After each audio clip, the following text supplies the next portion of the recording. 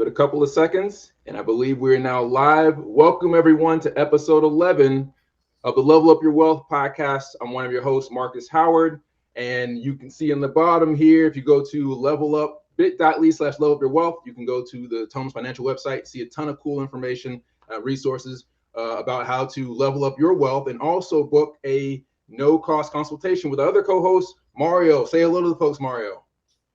What's going on, y'all? Hope all is well. Mario Payne in beautiful Jacksonville, Florida. The hurricane. Adios, amigos. So we are back. Hopefully nobody had any damage. I'm just happy to be here.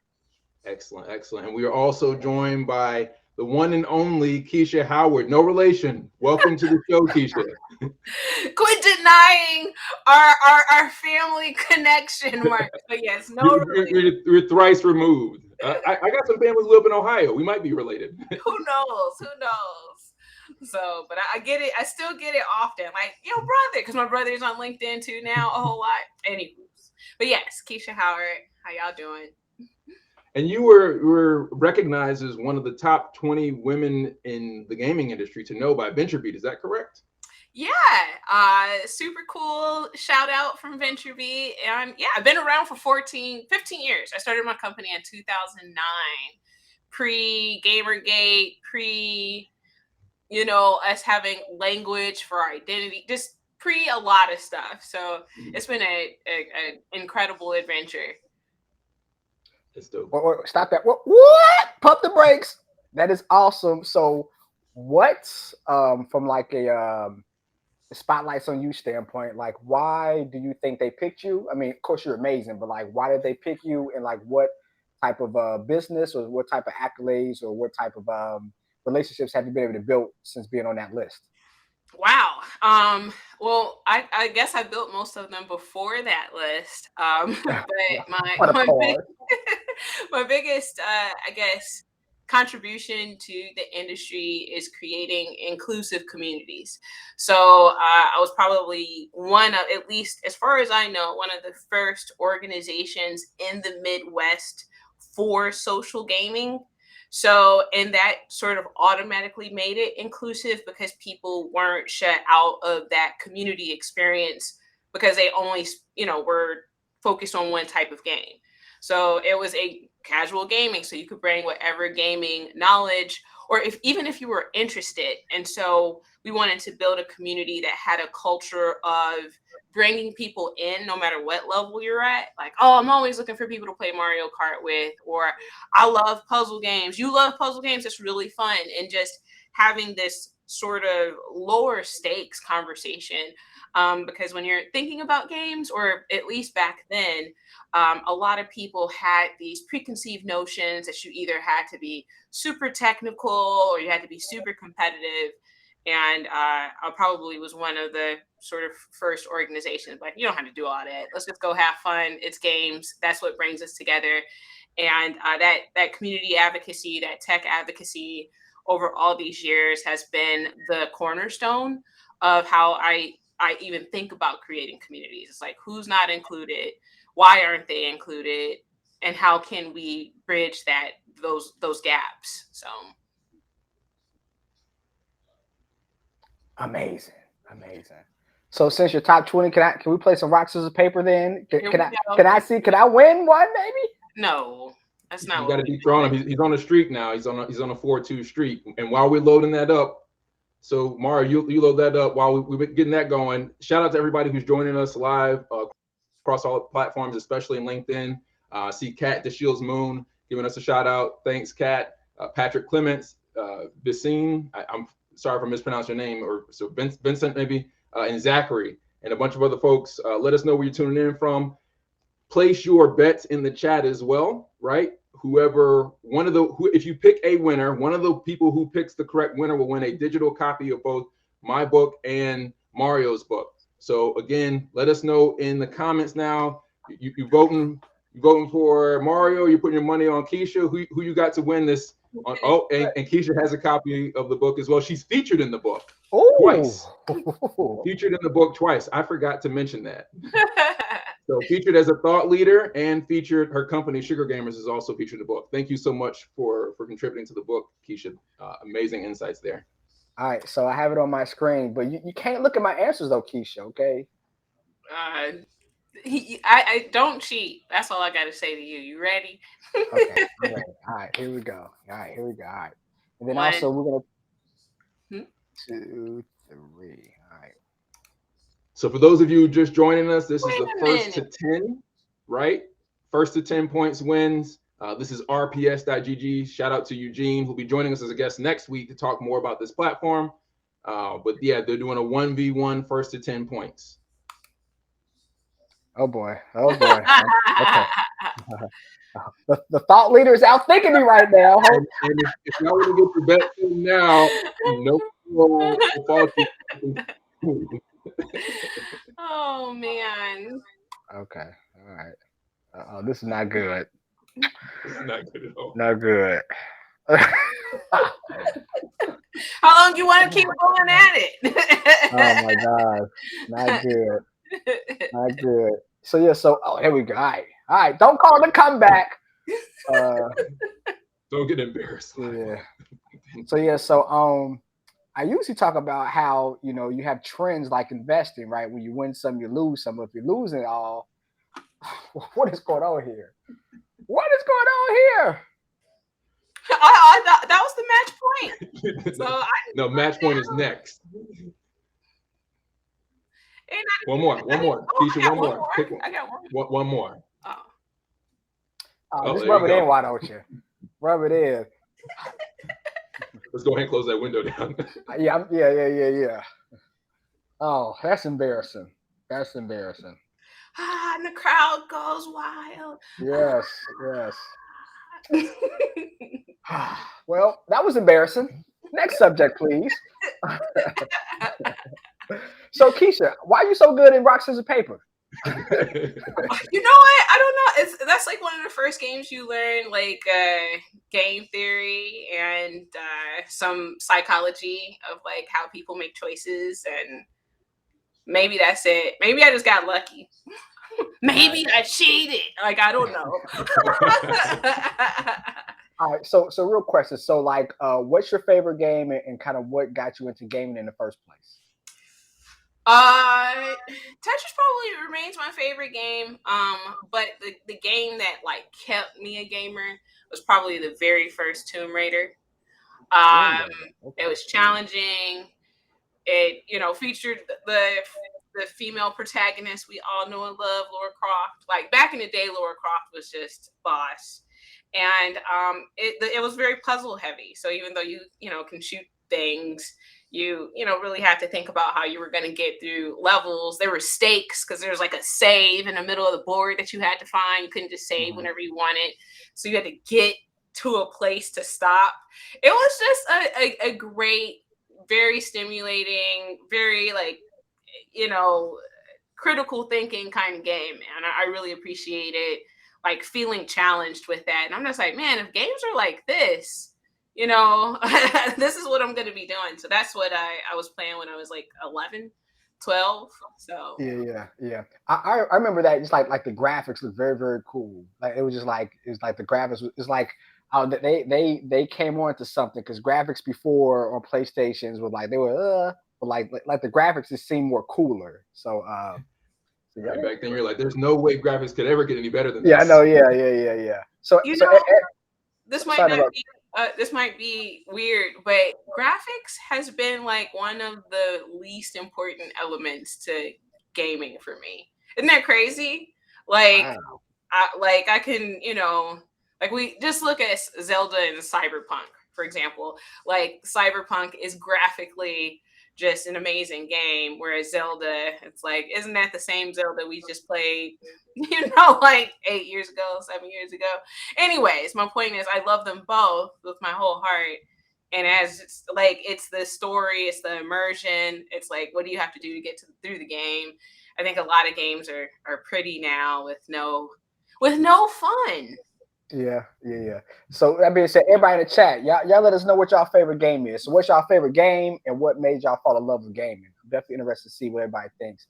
For me, my favorite game is Madden. I'm a Madden person. I'm gonna be on them sticks. So that's really not all that I play, but like That's my go-to game. So I'm mad. What about you, Marcus? It used to be Knockout City. R.I.P. Knockout City. I'm still upset about As she that. drinks coffee, as she sips tea. Yeah, it's it's kind of like Fortnite meets like NBA Jam, but with dodgeball. Very accessible. Very exciting. Something you could enjoy as a spectator, and it was fire on all cylinders, and I just think it didn't get the opportunity that it deserved. Mm. All right, so Kai said Mass Effect Trilogy. I'm not familiar with that game. All day. I'm familiar with DOS Effects, the rap group, but not Mass Effect. So from a gaming standpoint, like we see now a lot more people, like my daughter, for instance, like she games, but she does more watching than playing. Like, when did that shift happen? And you think it's going to get back to the point where more people are interested in actually gaming than watching, or you think like that's just kind of the sign of the times?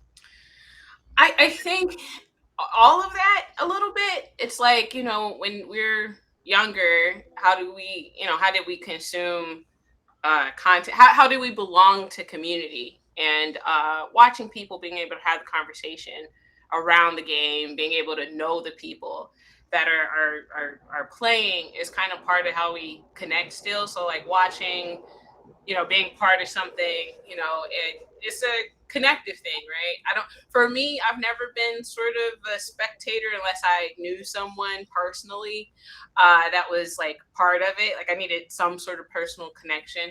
I don't think it's going to go away. I just think that we don't recognize how our life shifts as much, right? It's like, we might do that for some years, but I feel like I meet a lot of people who, oscillate. Sometimes I'm not going to say age out, that's the wrong word, but they come back to it. Like, I don't think it's like a perpetual lifestyle to just watch games, but I could be wrong. I think it's like, you do it for a few years and then you go and you do something else, and then you might come back to spectating or watching games in a different way for different games. Yeah. So yeah, and to your point, I think that behavior didn't start with gaming, right? Like when you watch sports, traditional sports, people do that week in and week out for years. So that happened long before Twitch or YouTube existed. Yeah, it's like, how do you build community? And like sports used to be the only thing. You go to games, you go to all of these sort of community oriented events, and you're young. So in a way, I can see it like being a digital third space that's supposed to be like safe. You can show up as yourself. You can just spectate, you can support, you could trash talk, you can do all these things to express yourself in a space where other people are. So what did you argue about? You said you play not 2K, Madden. You're Madden. Yeah. So I know, like, you probably did the same thing. Trash talking about football, trash talking somebody who had an opposing team from you. Oh yeah. I'll be on my headset tough. I'll be talking. Oh no. I'm a different person on Madden. Then I get in my little shell. It's just like, we was playing rock, paper, scissors. I just get in my shell, just lose, but I win more than lose. But yeah. So we're talking about sports in general. So it's a huge like negative connotation about gamers. We're in our quote unquote parents' basement, right? Where these slobs that ain't doing nothing. Like, how is it a way that we can get more activity in games, like doing like sports outside and kind of engulf that in gaming? Like, how is that possible? I mean, I don't know if you remember this, Marcus, but several years ago there was a game, and I was working with Live CGI, Mark Rowley from ESPN, and he created name drop. Why don't you? I mean, I gotta give credit where it's due. And he had a concept for a game that was a real sport, physical sport, that had like an esport overlay on it. And I bring this up to say, like, people are thinking about so many different ideas as to how to integrate like physical activity into like a competition, competitive gaming. So, and not even just for competitive gaming, just more ways to like get out. Like, so I think of everything from like Pokemon Go to like the things that are happening in emerging technologies like VR, AR, and then like just the concepts that we don't see come to fruition because we're in an environment where we don't really support radical innovation, but incremental data approved changes. So I think that I've seen so many like ideas that if we knew about it, we could support it. If we could, like, I think right now it's just a time to keep innovating, keep imagining ways that video games can make us better in base reality and our physical lives as well. And there's plenty of examples out there, but I don't think any of them are, besides, let's see, Pokemon and some others. And there's not a lot that are part of our public discourse quite yet. Yeah. And I like that comment by Case. So to make it happen, it needs more buy-in from parents and teachers. When they buy in there, you can dispel those myths on the negative debunked views of gaming. The negative is it's all what's the craziest myth you've heard from a gaming? The craziest myth that I've heard from the gaming side. From a gaming. Because no, from people outside of gaming, right? So people, like again, people playing in their mom's basement. Like, so what's like the worst the worst myth you heard about gamers? I think everybody is a gamer for the most part. If you're playing your mobile games, you're a gamer, right? It's kind of like equivalent to saying like you're a movie goer, right? But for some reason, gaming still has this identity connotation that's really interesting.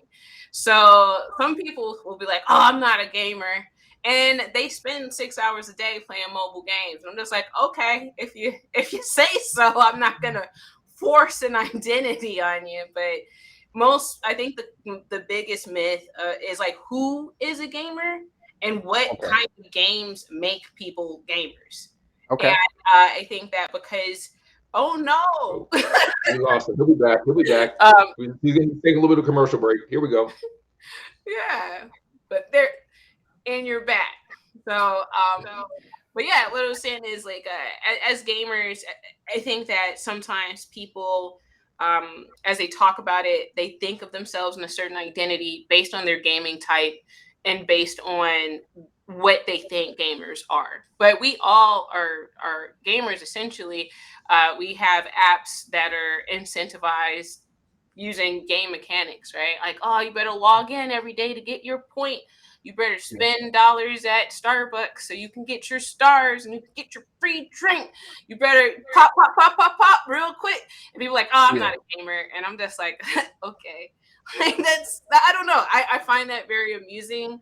I try not to fight it, but I feel like that's a myth. People who feel like that they aren't that because they're not playing Madden or Call of Duty or Fortnite. Like, if you're playing games, you're kind of a gamer, So, anyways. What's interesting, Keisha, about that is exactly that. But the other side of that conversation is, for decades, there were PC and console gamers who said that mobile gamers weren't gamers. The most lucrative faction of gaming there is. So in the market. Yeah. So let's talk about, because I invest money for a living, so we can talk about business. So where do you see the business of gaming in 5 years, right? So so some people think that gaming is kind of like dying out. Some people think it's like a huge opportunity for corporations to make money. What's your thought process about the business of gaming? I think on the good side, we're gonna see just more immersive games where it's the quality of the game, the immersion of the game really sort of, I don't know, breaks through to another way that we connect or learn. We're already there, but again, I think on the negative side, some of the things we're going to be seeing more of, and I'm so sorry, is child exploitation and gambling. So I think that we're going to see a lot more of that, and trying to sort of have some discernment on what game is going to be good for your mental health. is going to be an important conversation as well, because as much as I want to be like, games have this long list of an amazing features, there are also games that poke at your addictive personality traits that incentivize you with a sense of belonging, but you got to buy into it. And it's out there and it's effective. So regardless of how you morally stand or ethically stand on it, if it's fiscally successful, it's people are going to use it.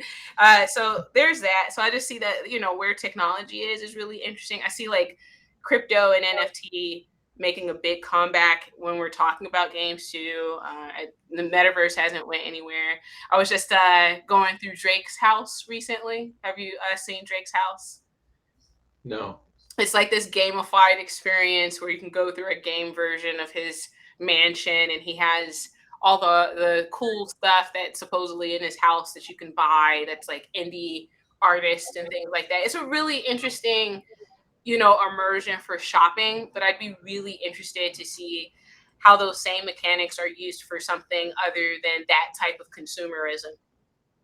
Yeah, I have a Drake story about his house in Turks and Caicos. So we was me and my wife was in Turks and Caicos about 3 years before COVID. So it's 2019, and like he just has this Mac Daddy, just big, um, 15,000 square foot house, and his neighbor Celine Dion. I'm like, I don't know if it's like a Canadian thing, but but yeah, it's just amazing. But so I gotta go to the chart. So let me share my screen. We could talk about one of these stocks. So you talk about gambling. So DraftKings actually came out with their second quarter report earnings a few weeks ago, and they basically said like one of their goals next year is to like get into more esports and to kind of get into like the gambling aspect of esports. And basically, the stock market in August and now September's been going down. But after they made the announcement, it actually kind of bucked the trend. So like that stock literally is up by 22% after they made the announcement. So while the stock market's been going down the last basically 2.5 months, after DraftKings made the announcement, first had 100 grand, they made $22,000 in basically 3 weeks because of them saying that they're going to get into the gaming space. So if I stop sharing my screen, oh, so to my point, definitely yes. It's going to be interesting when companies like DraftKings, FanDuel, Penn Gaming get into esports and how that's going to what that's going to mean for esports in totality. I mean, it is going to be interesting because the, gaming to me has always had this like sort of virtue to it, because most of us are in this space because we played games as kids, and Yeah, that experience has given us a sense of nostalgia and trust in this industry, because games are for kids. Like we played them when we were kids, like, oh, this is for the babies. And now games are for gambling, and like how do you reconcile that, right? And that's gonna be interesting, but they obviously go together. It's just ethically, how do you sort of find and create your audience? yeah, But that's just me. I'm not going to speculate on that in public. So,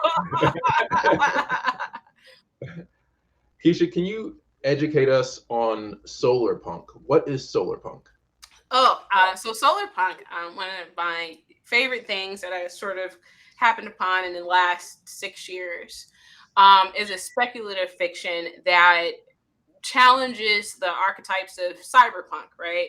So if cyberpunk is supposed to be a future that's like technologically advanced, however, massive corporations have already sort of ruined the earth, and everything is like sort of overran by these powers that be, and you use the structure of the story requires you to fight against this in order for any survival or freedom. And in cyberpunk, you kind of almost, as a speculative fiction, you kind of almost sort of accept that this is the world that we are going toward. We have had much media in the last years that cyberpunk influenced, that I think that there's not enough speculative fiction that sort of counterbalances that. Like, Mhm. that's one of our only images of what the future could look like. So solar punk takes the same sort of idea, the same framework, that we're going toward a technologically advanced future. But what if in that future our goals were to live in harmony with the planet? We're not going to Mars. We need to like figure out Earth. And so everything that we do here is going to make a difference for our future of humanity, future of Earth. And because of that, we have to structure more egalitarian environments. We have to, have different metrics of success. I think that solar punk really reframes that for us as well. Whereas, like in cyberpunk, of course, it's about money and capitalism and consumerism. Whereas solar punk is more about like, what are you doing to contribute to the health of your environment, the health of your community, and what does that look like? And the punk part about that is that you're still solving massive problems. So if you were, for example, to start on the idea, the concept of solar punk today, think about all the fights you would have to have when you're shifting someone's perspective from, going to their job and making money that the way that they do to, being educated on how the earth works and how we live in harmony with it and each other. That would be a massive shift because people already have resistance to change. They have resistance to certain types of hope too. Like, can we change how we live? Does like how we work, how we integrate in society have to be the way that it is, going toward the things that we're going toward? And I really appreciate solar punk as a way to imagine. Like, it forces you to be like, oh, okay, well, if we're not working toward, going to outer space and colonizing outer space, then what are we doing here? You know, Mm. so I think solar punk, for example, could be a game format, like because we have, of course, cyberpunk. But what if solar punk was able to give you just of an engaging of an environment, but you come out of that gameplay with knowledge and education about dirt and natural resources and things that are actually very much impactful to how we live, where we live, who we live with, and how we contribute to that. Like, what does that look like? Can we imagine it? Can we practice that? And I think games do a great job of simulating those types of experiences. Like, I think of Final Fantasy VII's narrative in some ways Mm. having some solar punk elements, because you're fighting against this corporation. They're draining, energy from the planet, and to sort of stop that, you have to think about, the health of the planet and all the creatures and beings that get life from this energy, this life source. So it's kind of like that. And if we have more narratives that sort of inspire us in that way, I think that would, create some thoughts, some significant, sort of conversations in our public discourse.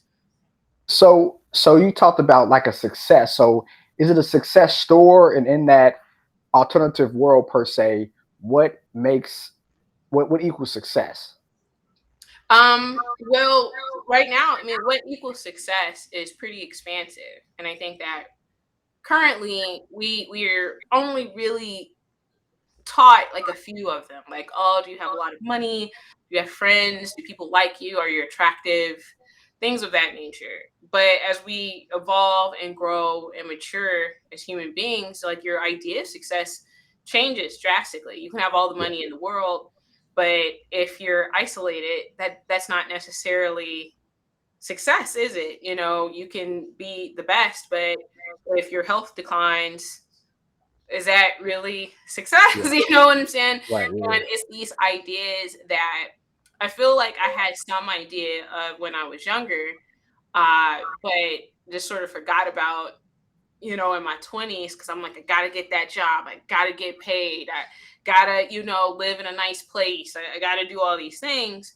And like, that's cool and important, but that's not the only thing that my sense of well-being is hinged on. And one of the reasons why games are so important, because like your success metric in a lot of RPGs, for example, is saving the world. Like, can you get to the end of the game, save everybody from the demise? And for me, I got to simulate a success within a game, right? And that success metric wasn't always in real life. Like in real life, it was, competing for money. And in a game, I could at least like save other people. I can, it was just an interesting way of thinking about it. I think right now we have an over sort of, I don't think there's anything wrong with FPSs. I like quite a few of them. However, I think there's like an over sort of focus on those certain genres of games, So I'm glad that the indie game community is like kind of coming up. But,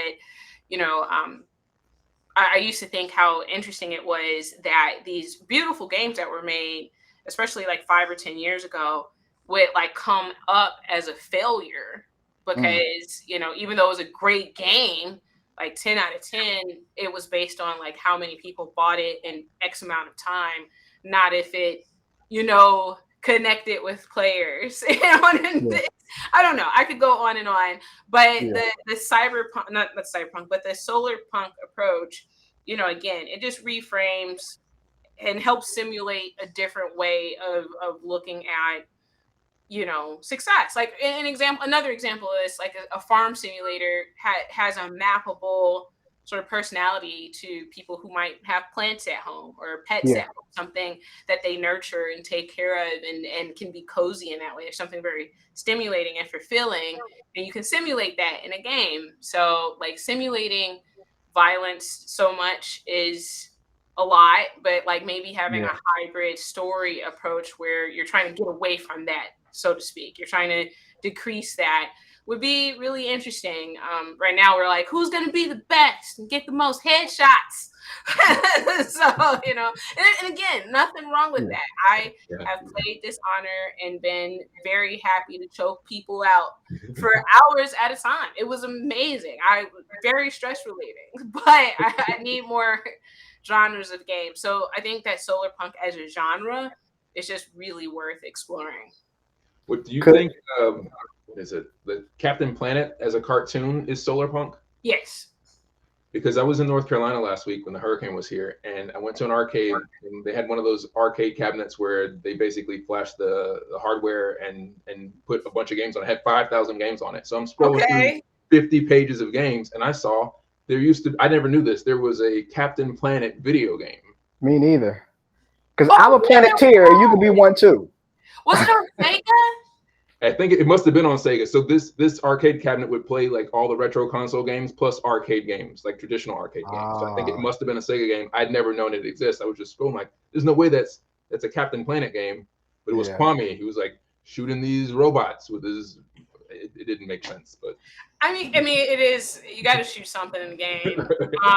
Like that's why I like Alan Wake, because you shoot people with your flashlight, kind of, but you shine the light in the darkness, which is a really interesting play mechanic. But Captain Planet is definitely, in my opinion, a very solar punk kind of framework. So like no one really has owned solar punk, so the definition I think is pretty expansive still.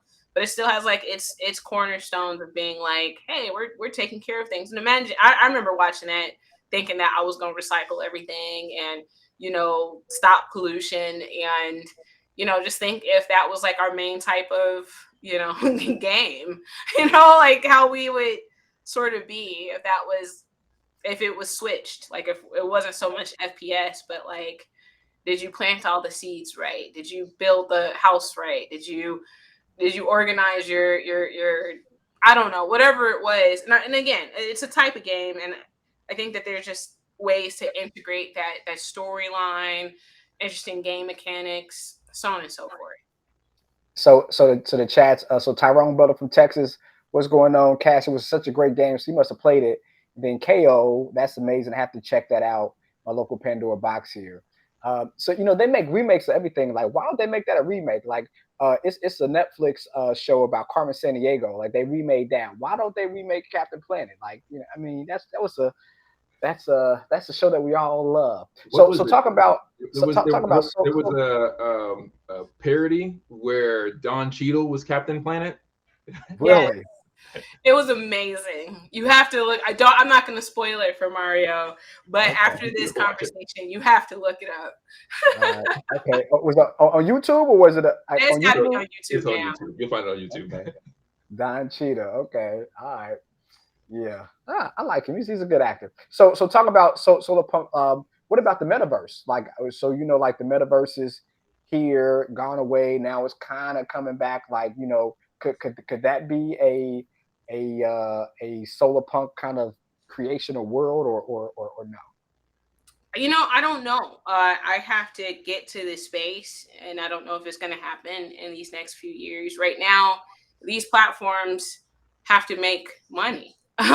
So, having, right now the metaverse used it for working and shopping is like the best ideas for it because, people can see what they want to buy and spend money on in this digital space. And to me, it still hasn't replaced touching grass and meeting people in real life and shaking hands and having conversations. You need that, and I think if anything, the pandemic taught many of us we have so much more than we need a lot of times, and really the quality of our life is more contingent on like the people around us and the people who are there to support us and the people who we can support. And I think that that's kind of the biggest lesson, at least I and a few others came out with the pandemic.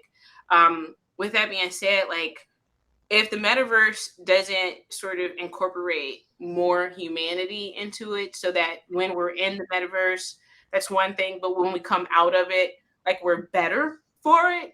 Mm. Until they incorporate some sort of mechanic like that, like I don't really know. Like there's games, right, that I've played that I feel like after I played 120 hours and it ended, I'm a better person for having gone through that experience. I haven't experienced anything like that in the metaverse. I can just go outside, and I know that's the hot take, right? But and I know like that's not necessarily like the only thing how I can think of it. Like think about how it's made these things, these conversations, so much more accessible. And I think that that's amazing. However, it hasn't replaced the touch grass effect, the touch grass creativity for me. Like you can look at pictures all day of of things and have like a baseline knowledge of what it looks like maybe, but until you're actually there, you don't know. Like you could look at a picture of a dolphin, like that's a dolphin, but you got to go Yeah. to the I mean, I wouldn't recommend this has got problems too now. But like you until you're seeing a dolphin in the wild, smelling the sea, seeing the majesticness of this creature that lives on earth, you really don't know. You don't have like that human sort of connection with it. And I think that again, video games and some of our movies, some of the things that I grew up with inspired me to be better in base reality, right? Like to think, The Matrix, for example, inspired me to like think about things a little harder, and I don't know, Gears of War was really a collaborative opportunity with my younger brother. And every time we played, I'm just like, oh, teamwork make the dream work. We made it Yeah. through. It was a cool experience, but I find like more and more games seem to be getting away from that. So I don't know. But Yeah. I hope that answers your question. I went off on a tangent there. Yeah, nah, you good. It's actually funny. So like, I was like this close to buying land in the metaverse. I just this close. I went there and I went like the Decepto land because I seen some of those like a person spent like $5,000 and like 2 months later it was worth 50,000. I was like, I'm gonna throw away $5 grand in the metaverse. Happy I didn't know, but yeah. So we got a question from Tyrone. So is there a blockbuster solar punk mode that works today? I think that says mode module, maybe it's in LinkedIn. I don't know. Is Let there me a see. blockbuster? Yeah, yeah. My it's cutting off from MO, but I don't know if it's DE or what. But Is there a Maybe you can type it blockbuster? again. Tyrone, Yeah, you still live, Tyrone. just type it again Can for you us. ask that? Can you re-ask that question, Tyrone? Yeah. Like, is Yeah. virtual reality the best host for solar punk? Oh, Movie. movie. Oh, blockbuster. I feel like, a lot of movies and shows have like some solar punk elements, right? Like elements. Let me see. Fifth Element was solar punk, right? The idea later was solar punk, yes. After you get through all the shenanigans, that's such a good movie. Like after you get out of all the shenanigans, absolutely. Like there are parts like in Matrix 4 when we see Jada Pickett's character again and she's like, oh, I just grew a real strawberry. That's an interesting way because they're using all this high-tech technology, these robots to like figure out how to terraform this underground place so everybody can live together in peace and harmony. They don't even want to kill the robots. They just want to like make their space as effective as possible for everybody that lives there, and they're using all the technology for that. Like I thought that was a really interesting story element, but it's just like a piece of something in the overall shoot 'em ups, right? So there's quite a few movies that have a little bit, but typically when people kind of play with the idea of like having a more egalitarian sort of society, like there's still some element of control. Like it's like, oh, the only reason why we're not going to war is because we're controlling everyone with like drugs or the idea of a punishment. So when people are like sort of forced into this society that appears to be, benevolent, but really is controlling.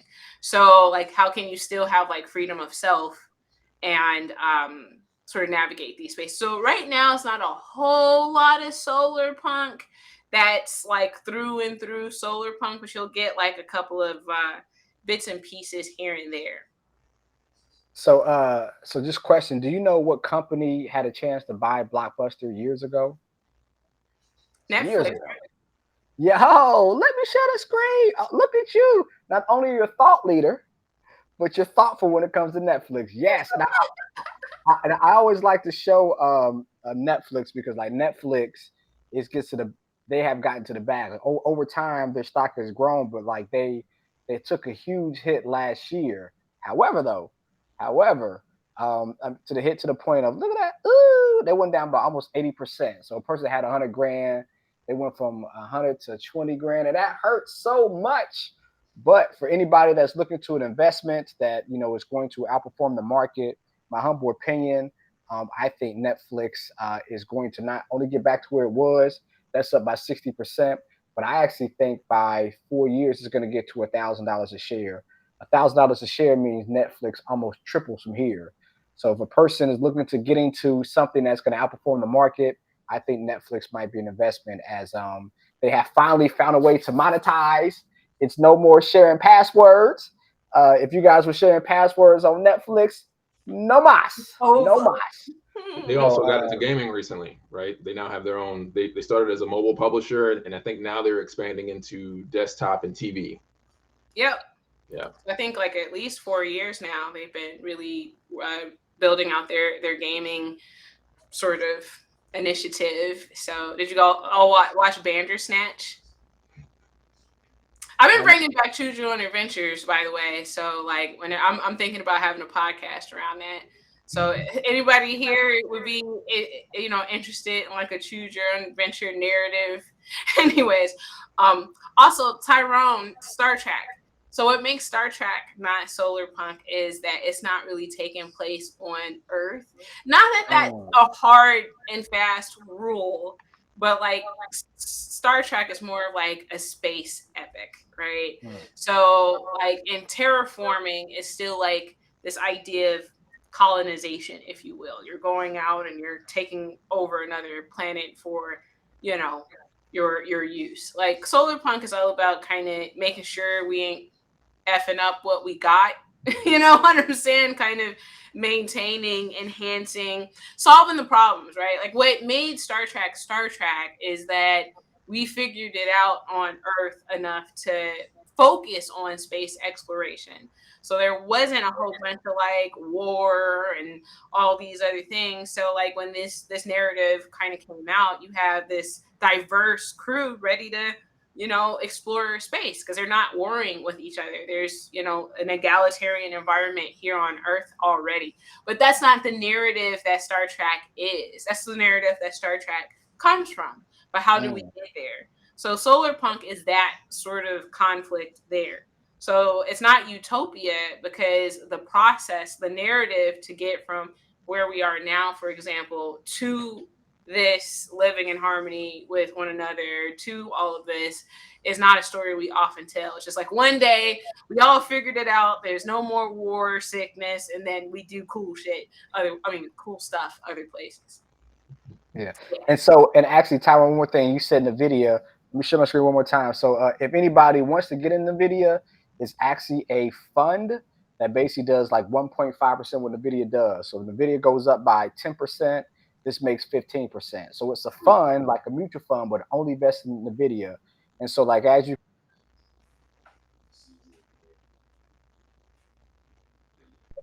this year. The person had 100 grand. They went from 100 to $800,000 in 8 months. The video is up by like 300. So again, it just makes Chase. My business card. Don't be telling people about my business card, Chase.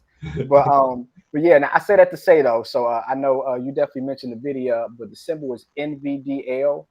So it's a way to be in the video, have the growth for that chip company because we are talking about gaming. But definitely, you get 1.5% of the growth. So. We had a question for you from Barry to the lovely Keisha. I am an outsider chiming in as a solar/wind farm developer and economist with a patent tech that gamifies an energy prosumer platform. I would appreciate any input. I don't know what that question is, but I think that him being a solar wind, or Barry being a solar wind farm developer and economist is pretty awesome. Like that's two like totally different worlds. Totally discipline, totally different disciplines of thought. Like to, you know, sort of understand how money works, you know, globally even, and then solar wind has been a really interesting conversation lately because like we're in kind of the age of grifts since everything has happened with like NFTs and crypto, and not that crypto is bad, just it hasn't looked good. You know, like before y'all come at me, I'm just saying like y'all compadres in the space didn't make it look ethical. So I gotta ask that. Hold on, because I love my crypto, well, my Bitcoin, not my crypto, my Bitcoin. Okay. So are you anti-crypto? No. Okay. I'm not anti-crypto. I am anti-grifters. Yes. And the scam artists. The fact of the matter is, in order for this, in my opinion, to be truly effective, we need some real platforms where everybody can have real buy-in and education. And without that, it's just a world of being, you know, easily exploited because you want to be a part of it. And, you know, we all should be a part of this sort of transition and this option in building wealth. But if you don't know, if you're not given the right information, and then some shiny person comes online and it's like, I just made, you know, 170% return on my investment in 2 days. Like, you know what I'm saying? It's so I think that it's taken a blow for people. Like, you know, my thing is, so I was raised by somebody who was born in 1940. I was raised by my grandmother. And I think one of the things that grounded me with her as a parent was the fact that I had to explain what I do to her pretty regularly. And she tried to understand. She tried to understand what I did. And so it's always important for me to find language that allows people to come along regardless of their race, regardless of where they come from. And I still feel like the communities that the conversations around crypto has created still been very limited, and you know, who they would appeal to, connect to, benefit. So I'm always thinking like, all right, what if this is a manager at, say, like a Target with a kid, and every dollar counts. And like, I'm from their community, right? Like, I'm from that community, and I'm over here saying like, go put your money in crypto.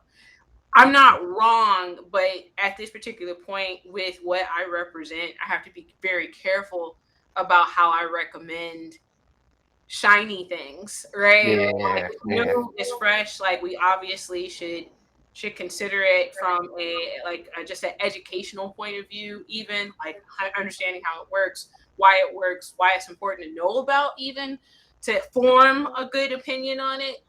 But as it stands, I have never really been in an environment, very rarely, like back in like 2011, when I had a mentor, if you will, of mine, try to explain what crypto was, and like literally explain, sat there for 4 hours, and I'm like, so how do I cash in the money? So then do I go to the bank and then I get money? So when does the money happen? So how do I get the dollars? What do I buy? And I just couldn't catch it. But yeah, anyways, having an informed audience, an educated audience, a protected audience, right? And again, like, that's hard. It's hard to even sort of navigate, because like, I'm not against crypto at all, but I'm very privileged to be in spaces where I get to learn about it from people who have benefited from it. But those people usually don't come from my demographic. And take from that what you will. So I've had a few, and I'm just like, yes, good. I'm glad that you made millions in crypto. Let's go. But they're also quiet. Like, they're not about to tell you that. You know what I'm saying? So let me just show this, and this is from 2014, right? So from 2014 to now, if like your mentor pushed you towards it and you bought Bitcoin in 2014, don't like that, make me hurt, Mario. Don't make me I'm just hurt. saying. I already know. I gave you that nugget. Okay, I bought my Bitcoin back when he told me to. And I went somewhere with it. Okay, yeah. I mean, this much. Like, I know. Yeah. You would have been a millionaire now, but you would have millionaire times. Why are you talking that I beat you at rock, paper, scissors? Yeah, I got to get back somehow. Hey, if it's any consolation, I missed the boat as well. I have 2 clients that are Bitcoin millionaires, and they told me about it back in 2015. And if I would have bought one coin in, at least one coin, then so I understand. Also, right. also I had I think it was Gawker, but I have a friend of mine that had his Bitcoin in Gawker, and that was one of the websites that basically stole your Bitcoin. He had like 10 grand, but it's still a lot of money though. But I'm saying it wasn't like all his money, but still like that's gone. So yeah, you just got to be careful. Got to be careful. And and to bring it. Did you see this week about the Creator League and this exact example what you're talking about, where the education piece was the entire reason that which was otherwise an excellent implementation of like NFTs and blockchain and Web3, they missed the last piece of educating the community, and so it created this sense of distrust which already existed in the NFT space and was magnified like 1,000 times. So they went from, hey, we're going to partner with some of the largest creators in the space to, we're going to postpone this event and now we have to lay off 30% of our staff. That all happened in a span of like 4 days. Like Friday, they announced the tournament, and then Tuesday after Labor Day, they announced they're postponing the tournament, and that they were going to lay off all these people and issue refunds, all because they accepted money as a grant, an NFT grant, back in April of last year, have been working on this platform for 18 months, but never announced that they were building an NFT platform. And so then people started asking, like, no, they didn't, like, none of the creators, they didn't tell the creators they were doing anything with NFTs. They didn't tell the media. So when press releases went out, there was no mention of NFTs. And it felt like they were setting people up to be grifted. Wow. I mean, how can you not? There's so many stories. That's like the first story you're going to hear about. Like, I've done the experiments. Like, I created an NFT collection just to understand the process. How was that process?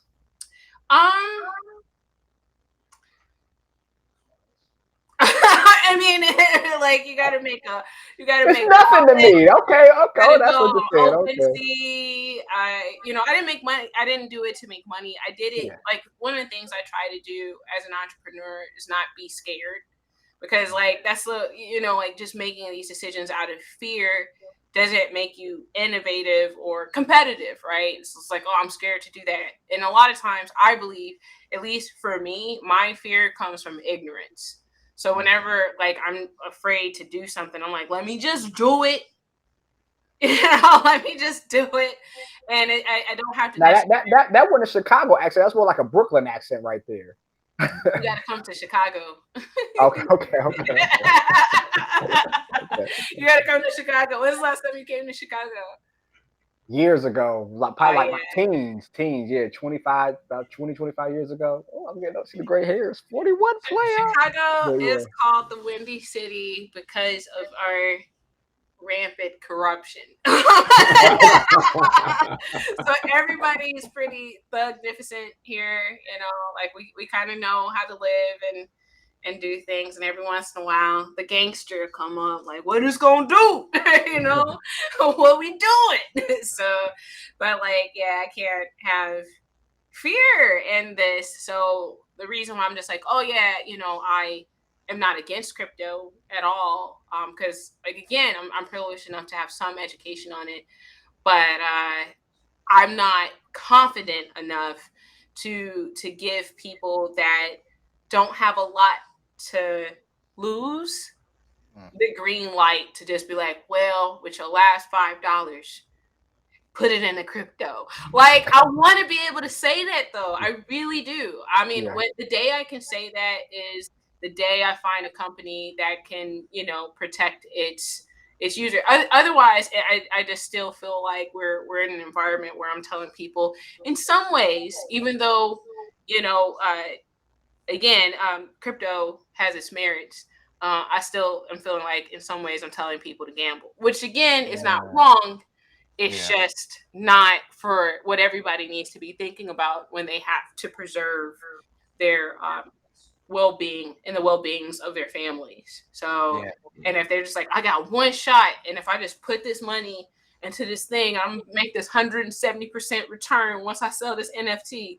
Like, I'm not doing a societal good. You know what I'm saying? So I want to be able to do that for crypto, and I can't wait for the day that I can. And until then, I'll keep on educating myself. I'll never be like, no, don't do that. But also, like, yeah, people have lost. If they're not, if they don't have it to lose, I just wouldn't recommend it. But you might have something different, Marcus. Your middle name used to be crypto. Blockchain, yeah. Blockchain, yes. Yeah, I got into the space 10 years ago. Bought my first half of Bitcoin in 2013. Traded it a bunch of times. I tripled my investment in 2 weeks, that thing you were just describing. But then I parked all of my crypto into Dogecoin. Wow. And this is how early it was, right? Like Dogecoin, like pre-Mark Cuban Dogecoin. And it had become such a laughingstock in the global crypto ecosystem that the exchange that was holding my crypto said, we're going to delist Dogecoin. And if you want to keep Dogecoin in your wallet on our server, we're going to charge you a maintenance fee. And this was at the time, and Keisha knows that my last company was in the indie game space. And so we actually went to Chicago. My brother and I won Lupe Fiasco's nationwide pitch competition. The finals were in Chicago. Kick push. And that year was the year I had parked my crypto in the Dogecoin. So I was just doing so much trying to grow that company. We scaled to 40 countries. I just didn't come back and check my wallet. By the time I did, like, all my money was gone. Wow. Oh. Wow. What? Yeah. You all right? Yeah, I'm not, but I'll manage. So how did you feel last year when the whole, not the dump, but the pump of Dogecoin? Were you like, you son of a biscuit? No, that didn't make me upset. I was okay with that. What I wasn't okay with was the exchange that delisted Dogecoin added it back, but they didn't give me my money back. You gotta be real salty from that. That's some salt right there. That's not your wallet, not your crypto. I used the custodial wallet within their ecosystem, so they had full access to all the funds that were on it. If I had used, you gotta learn your lessons the hard way. So, wow, yeah. With the crypto space. you got to be careful, and you got to be like ready to have you take a risk. And for me, I much rather take a risk with like ideas, right? Like, for example, I'm teaching a class at Columbia College in Chicago. Of course you are.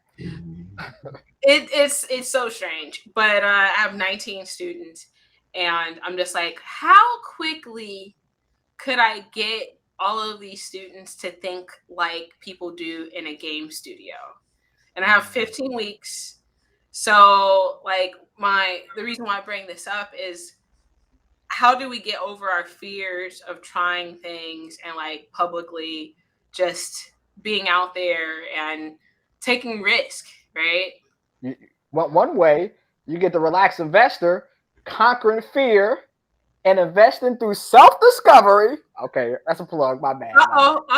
You can also see all of the lovely people that have contributed to gaming and esports. This is unopened. I can't, like, I bought a whole bunch so I can send them to people. And so I love this beautiful book. So I'm gonna need the Mario's book now, so I can be complete. I have a void in my heart. Yeah. Now I have Marcus' book over here too. Innovative gaming and esports, gaming and not crypto or block anymore. But circle back. It's funny. So we talk about crypto. Like I'm a huge, I'm a Bitcoin advocate to the point where we talk. But I have my own index fund on the stock market. We launched it back last year, and like we was going back and forth with the portfolio manager as I like pick the stocks and we kind of automate the trades. And like I wanted to do like the Bitcoin ETF BITO, and like they're at US Bank. They was like push like, no, you don't want to have that exposure because people look at the prospectus, they're not going to invest in it. And like I'm kind of happy because of course we had 2022 last year, right? So to your point, like I think Bitcoin specifically is going. And again, I love my stocks. I'm a certified financial planner. Holla at your boy. But I definitely think Bitcoin by itself will outperform the stock market. So that's just my humble opinion. But yeah, Bitcoin will outperform the stock market. Oh heck yeah, by like five at least 5x at least. And again, I love my stocks. Like for my clients, I probably say we probably do 3 to 5% in Bitcoin. But again, from a safety standpoint, we use the Bitcoin ETF BIT. Well, show your screen, Mario. What you talk about? So the symbol is BITO, right? It's has not done well. Yeah, I know, right? Yeah. So as y'all can see, the drop from 21, it went down by almost 80%. Now down by 65. But if Bitcoin gets back to where it was, though, you're looking at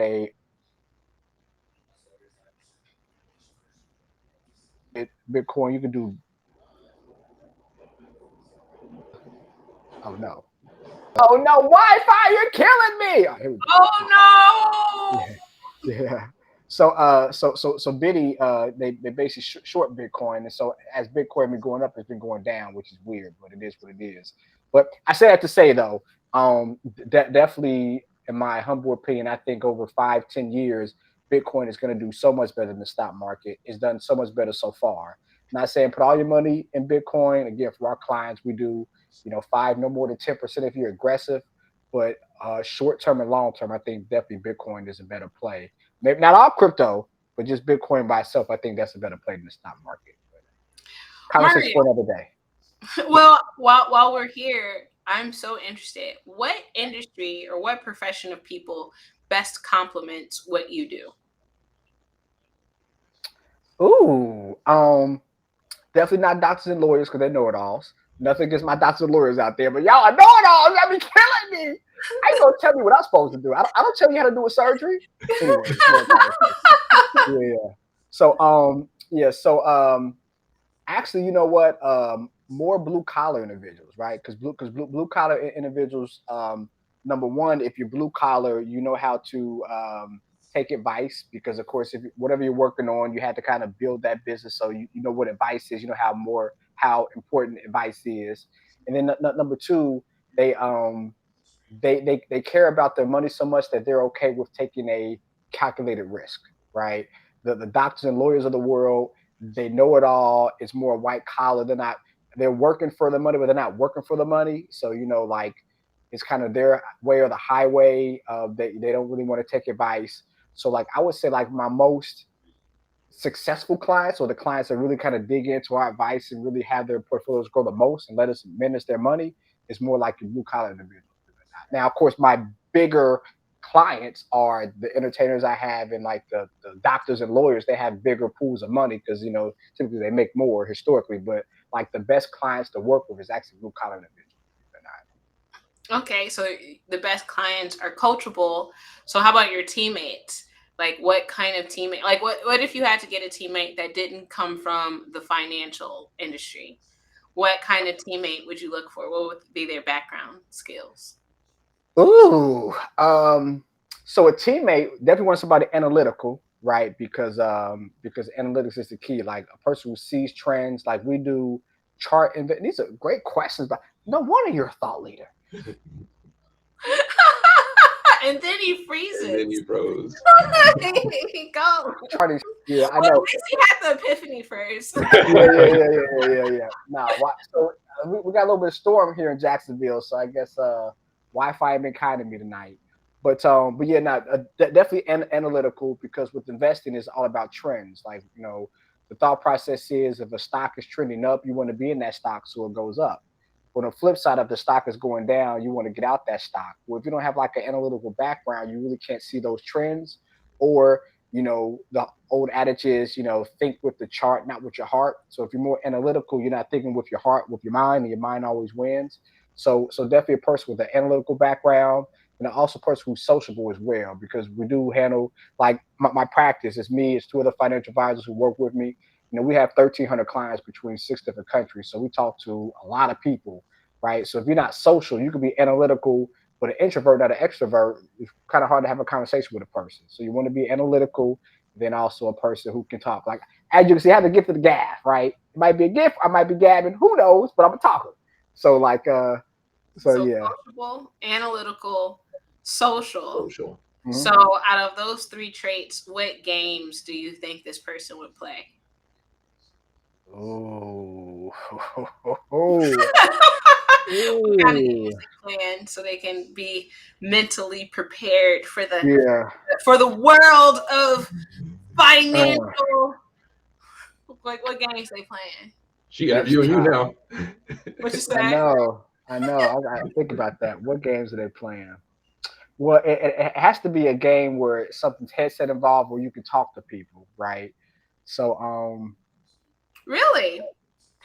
yeah, because it's a social aspect. Like so, me and Matt, like I can't sit down and play Zelda. I can't do it. I have to have some type of I'm winning, I'm advancing, but okay, I don't I want to talk to somebody, I win. It's that killer instinct. Collaboration, all right, Yeah. or competition. Yeah. All right, what else we got? Something like a Mario Kart. I think Mario Kart. Yeah. I would think you say something more like a StarCraft or something. I thought CS:GO. The next thing I was gonna say was first person shooter. Yeah. No, because Mario Kart, you're competitive. You got to be analytical when you read the course. Like where's the stars at? Do I go up or do I go under? That's quick thinking, analytical, and it's competitive as well. And then again, if you're playing against a person, it is social. It has a competition. So like those types of games. But like I can't play Final Fantasy. I can't play Zelda. That drives me crazy. Have you played shooters? Do you play shooters regularly? I mean, CS:GO 2 is a new game. It just came out last week, right? Like the official version? Nah. No, I'm talking about Mario. Nah, I have not played that. No. Okay. No. I only know CS:GO because it was like one of the first games that really, capitalized off of, being a PC gamer.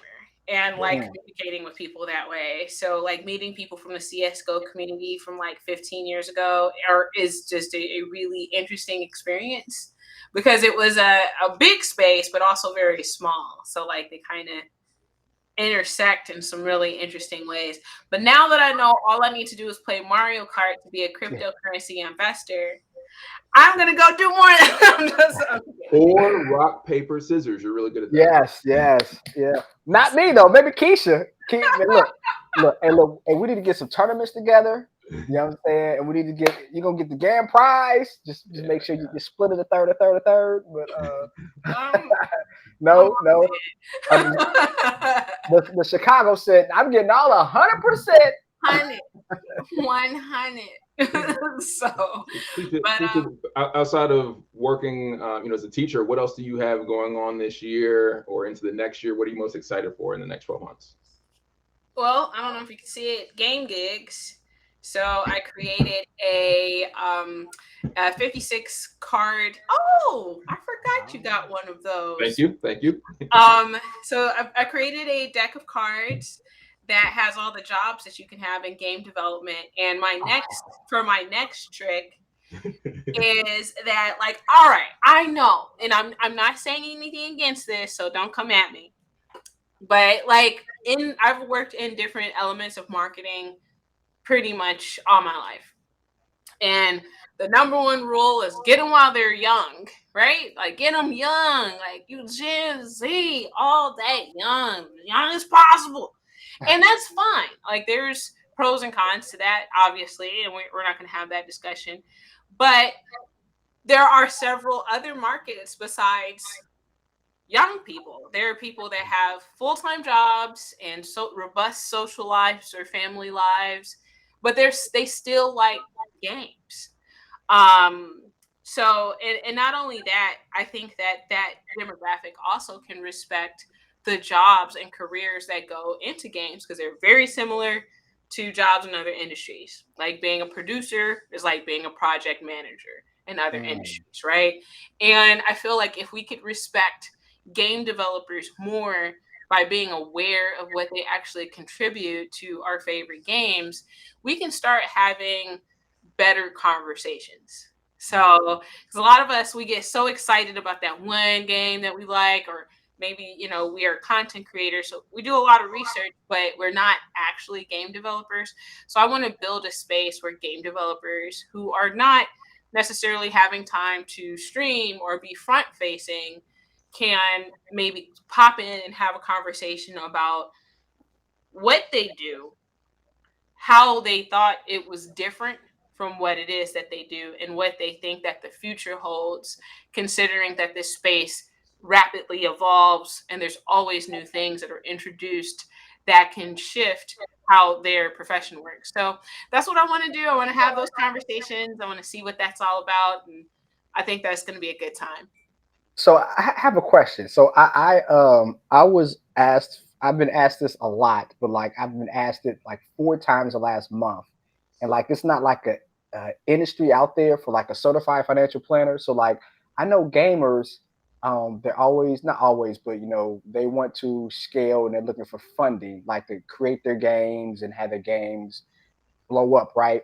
So like, do you think it'd be a good business model to like basically for a person like to have like some type of funding company where like he or she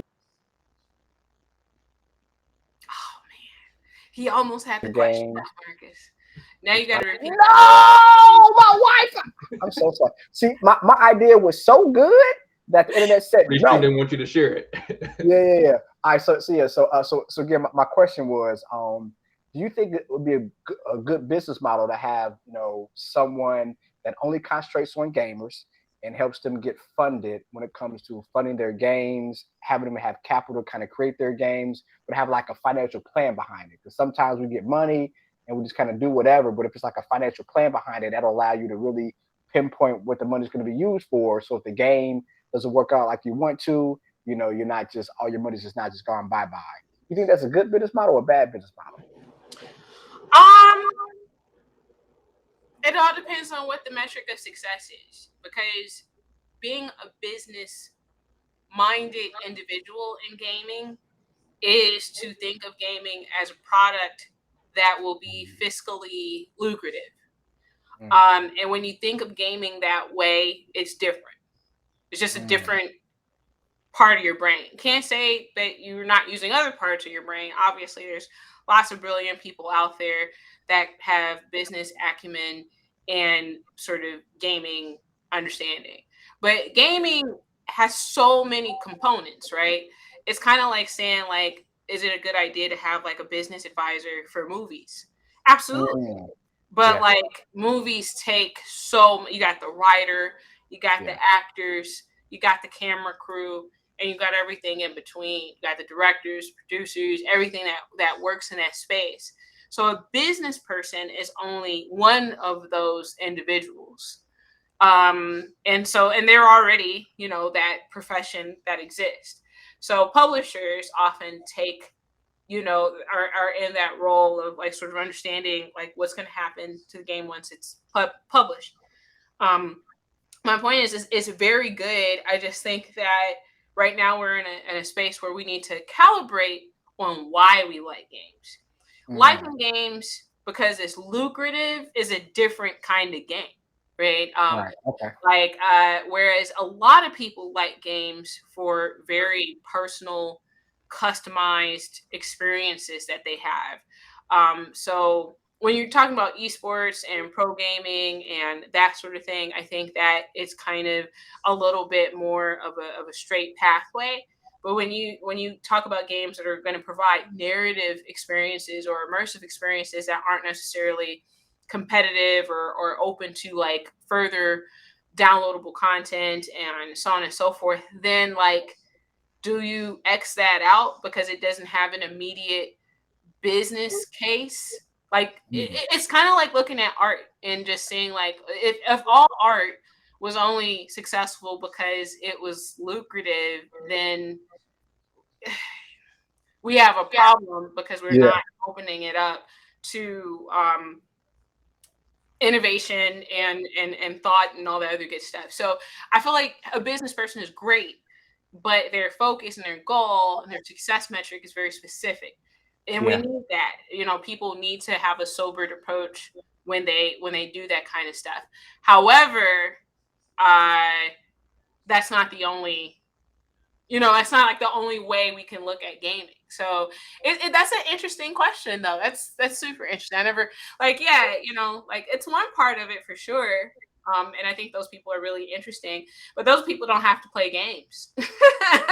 They have to understand data and trends and like consumerism and consumer behavior and investments, basically a lot of the information that but you also play games. So, but like you also play games that are mappable a little bit more. Madden is more mappable to a traditional sport. So we already have like the blueprints for how traditional sports make money. So. And Mario, one of the criticisms of Web3 games has been that ecosystem has over-indexed on the economics and the business side, right? So people say, like, yeah, it's great for generating money, but the games are basically crap. Okay. Food for thought. I think to Keisha's point, I think there's a lot of value in that. What you're suggesting, like a supportive function, and there are organizations that do provide funding. It's called publishers, and one actually, ironically, just launched in the Midwest 2 weeks ago called Midwest Games. It's a publisher specifically for games from the Midwest. 200-person team. One of the guys used to be over at XSET. Another guy was working, ironically, at Netflix. We talked about earlier, this evening. So yeah, maybe if you wanted to get some more validation on that idea, maybe talk to a publisher and see if there's a good fit there. Yeah. Food for thought. Like I said, you never know. We're trying to help the gaming industry one person at a time.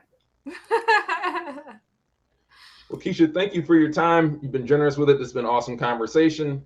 Before we go, two things. One, can you let everyone know where they can find you online, how they can support you? And then number two, if you don't mind, if you'll pick someone who just had amazing comments in the chat, they'll win a digital copy of Mario's book and my book.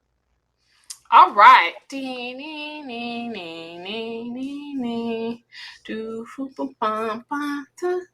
I mean, all right. So I'm kind of Kosh is really cool. He has some really interesting things. Tyrone has some really interesting things. But then Cash has some more interesting things. Yeah, and Tyrone already has a physical copy of the book, so I think by default, then Cash wins. Yes. Well, Cash. Congratulations, Cash. We'll send you digital copies of the book. Thanks, Keisha, for picking the winner. And then again, before we go, let everyone know where they can find you online and support you. Right now, I would say anything Sugar Gamers. LinkedIn is a huge one. Like right now, I'm experimenting with a few things so people can connect with me on LinkedIn and tell me who they are and that sort of thing. That'd be super awesome. Yeah, ask me some interesting questions. I like that. So awesome. Catch me on the LinkedIn streets. Mario, before we go, can you let everybody know where they can find you online? Yeah, so social just at Painful Profits, at PAYNEFUL Profits. I actually just hit 10,000 followers last week, so congratulations! So amazing. But whatever though, whatever. People love me or hate me, who knows? But yeah, so that's that. And then also y'all can hit the link. If you have any questions, want to have any stock questions, again, I invest money for a living, so I know I kind of talked about some stocks here or there, but definitely here to help. So yeah. Excellent. Thanks everybody for joining us tonight. Again, check out the link at the bottom, bit.ly/levelupyourwealth to go to the Level Up Your Wealth website page on the Tones Financial website. There's ebooks there. All the old episodes of this podcast are there. We'll be seeing you next week to talk about rock, paper, scissors again with the creator of the rock, paper, scissors game. So we're also going to be launching a tournament soon. More info about that next week. In the meantime, thank you for your support. We'll see you again next week. We can help you level up your wealth. Y'all take it easy.